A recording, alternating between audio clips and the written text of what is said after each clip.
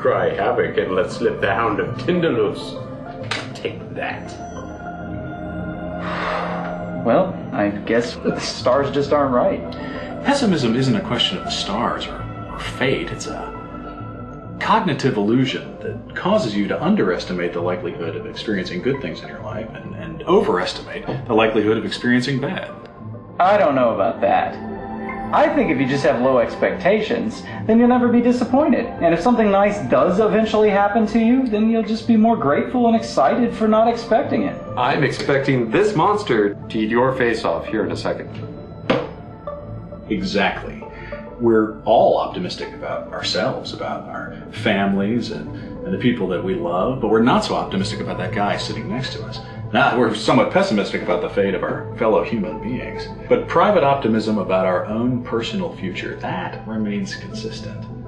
Although it's a carefully constructed illusion, but a very psychologically necessary one. Regardless of the outcome, it's the pure pleasure of anticipation that I enjoy. The thrill of the hunt is only made sweeter by expectancy. Exactly.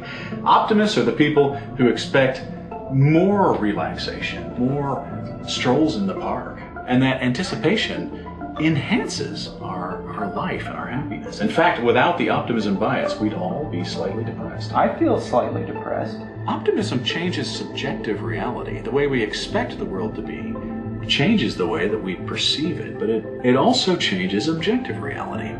It acts as a self-fulfilling prophecy, yet another reason why lowering your expectations will not make you happy. So, if he wasn't such a wuss, and was reasonably self-assured about winning this combat round, then his brain could actually reach out, change the laws of physics, and alter the dice on this next roll. Not exactly. The key here really is knowledge. We're not born with an innate understanding of our biases. They have to be identified by scientific investigation. But the good news is that becoming aware of the optimism bias does not shatter the illusion.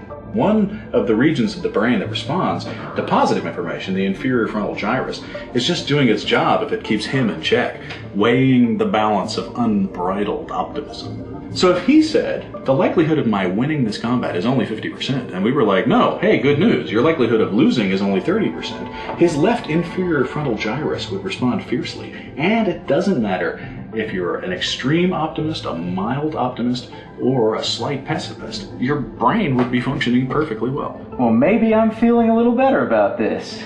Let's roll.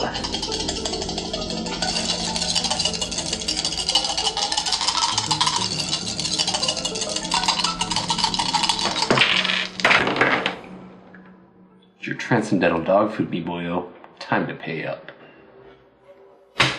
Or maybe the stars are right after all.